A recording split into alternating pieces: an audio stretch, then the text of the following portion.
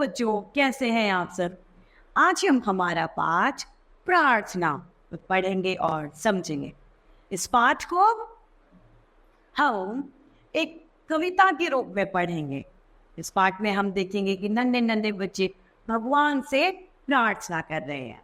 तो आइए इस पाठ को विस्तार से पढ़ते और समझते हैं। यह है हमारा पाठ एक, प्रार्थना।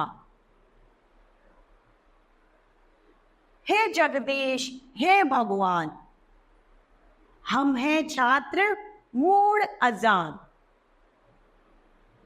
अपनी अमर निधि से दाता, तीनों गुणों का दो वरदान। तो बच्चे जगदीश यानी भगवान का नाम, भगवान जिसे ये प्रार्थना कर रहे हैं कि हे भगवान, हम जो बच्चे हैं, मूढ़ मतलब मूर्ख है, अनजान है, ना समझ है, हम बच्चे अपने अमर निधि से दाता, अपने अमर खजाने से, निधि मतलब खजाना या फिर भंडार या कोष कह सकते हैं, उस अमर निधि से भगवान हमें 3 गुणों का वरदान दे दीजिए। कितने गुण मांग रहे हैं?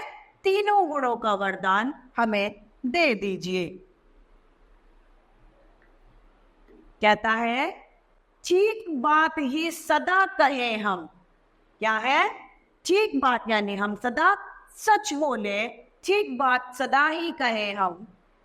कभी ना अपनाए हम झूठ, हम झूठ को कभी नहीं अपनाए, हम झूठ का साथ प्रभु कभी नहीं दे। हम सच का साथ कभी ना छोड़े, हम सदैव सच के लिए ही खड़े रहे, चाहे परिस्थिति या स्थिति कितनी ही विपरीत क्यों ना हो, लेकिन फिर भी हमें हमेशा सच ही बोलना चाहिए।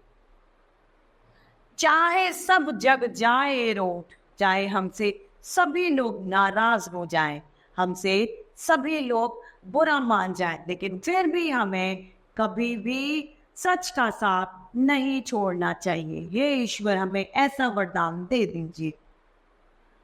परहित की ही करे कामना, मतलब परहित मतलब दूसरों के हित की हम सदैव कामना करें।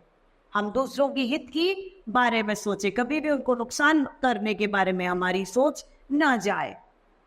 निकट न आने पाए लोग, लोग मतलब लालच, हमारे पास लालच कभी नहीं आए, लालच हमसे कोसों दूर रहे, हम परहित में ही अपने जीवन को देखना चाहते हैं। जीवन में बस एक चाह हो, परमार्थ है कहते जिसको लोग। जीवन की चाहत क्या है? परमार्थ, दूसरों का हित करना, दूसरों के हित के कार्य करना ही परमार्थ है। धीर बने हम परम पिता है, मतलब हमारे अंदर धीरज का गुण विद्यमान हो, हमारे अंदर धैर्य हो। साहस का बन जाए कोट, हमारे अंदर साहस की भावना, साहस का जो गुण है वह कूट कूट के भरा होना चाहिए। चाहे संकट कितने आए, धैर्य हमारा रहे अटूट। हमारे सामने कितने भी मुसीबतें क्यों ना आ जाए प्रभु, लेकिन फिर भी हमारा जो धैर्य है, हमारा धीरज सदैव बना रहे, वो कभी नहीं टूटे। उस तरीके से पाठ हमारा समाप्त होता है। आइए इसकी शब्दार्थ को हम देखते हैं। जगदीश मतलब ईश्वर, मूढ़ मतलब मूर्ख, अजान अज्ञानी, निधि मतलब खजाना या भंडार, जग मतलब संसार, परहित दूसरों का हित में जो सोच रखता होगा परहित, योग मतलब लालच, अटूट मतलब कभी नहीं टूटने वाला अटूट। आइए इसके अभ्यास कार्य को देखते हैं, जिसमें पहला है बातचीत के लिए कि बताएं आपने क्या पढ़ा है। कविता के अनुसार हम छात्र कैसे हैं? हम छात्र अनजान और मूर्ख हैं। हमें किसका साथ नहीं छोड़ना चाहिए? हमें सच का साथ कभी नहीं छोड़ना चाहिए। हमारा धैर्य कैसा हो? हमारा धैर्य अटूट हो, जो कभी ना टूट सकने वाला हो। घ, क्या आप प्रतिदिन ईश्वर की प्रार्थना करते हैं? जी हाँ, हम सभी सदैव सुबह ईश्वर की प्रार्थना करते हैं। प्रश्न पहला है लिखने के लिए हमारा, छात्र ईश्वर से क्या मांग रहे हैं? तो छात्रों ने ईश्वर से क्या मांगा? सदैव हम ऐसे बने कि हम सच का साथ देने वाले बने, सच का साथ दें और हमारा धैर्य अटूट बने, हमारे अंदर साहस की भावना कूट कूट कर भरी हो। ख, छात्र किस बात की कामना करना चाहता है? छात्र परहित हित की कामना करना चाहता है। ग, छात्र कौन सा मार्ग नहीं छोड़ना चाहते? सच का मार्ग नहीं छोड़ना चाहते। ग, छात्र किस चीज का कूट बनना चाहते हैं? साहस का कूट बनना चाहते हैं।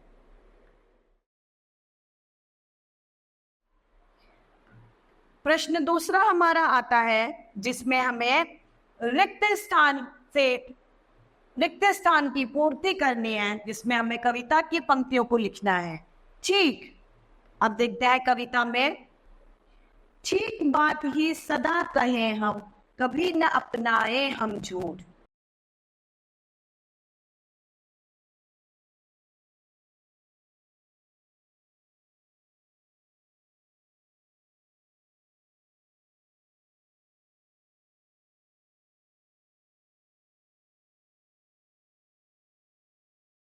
कभी न अपनाए झूठ, सच सच का साथ कभी ना छोड़े, चाहे सब जाग जाए रूठ।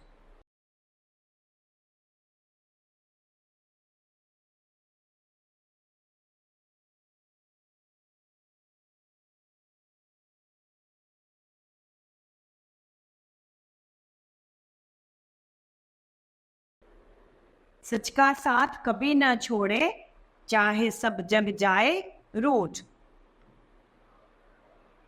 अब बहुविकल्पीय प्रश्न है।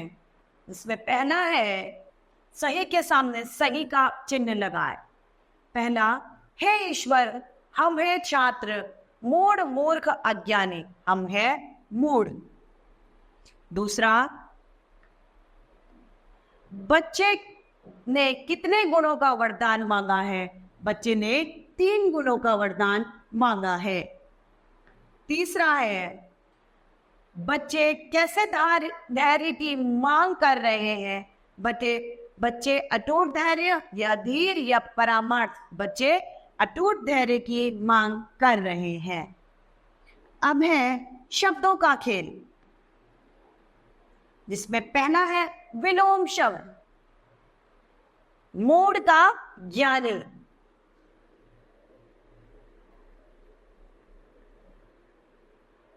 गुण का अवगुण,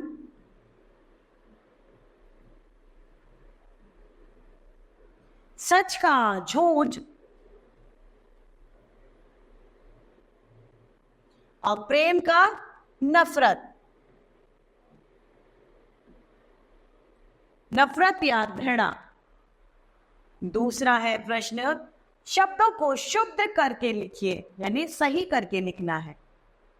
अंजन, अंजन की जगह क्या होगा? अनजान।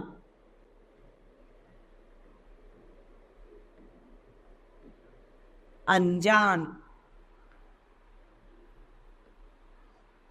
निधि, निधि का क्या होगा?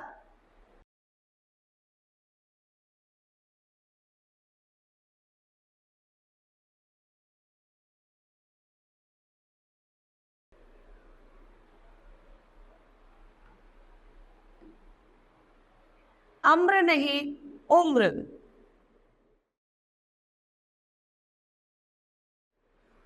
और सच नहीं होता सच।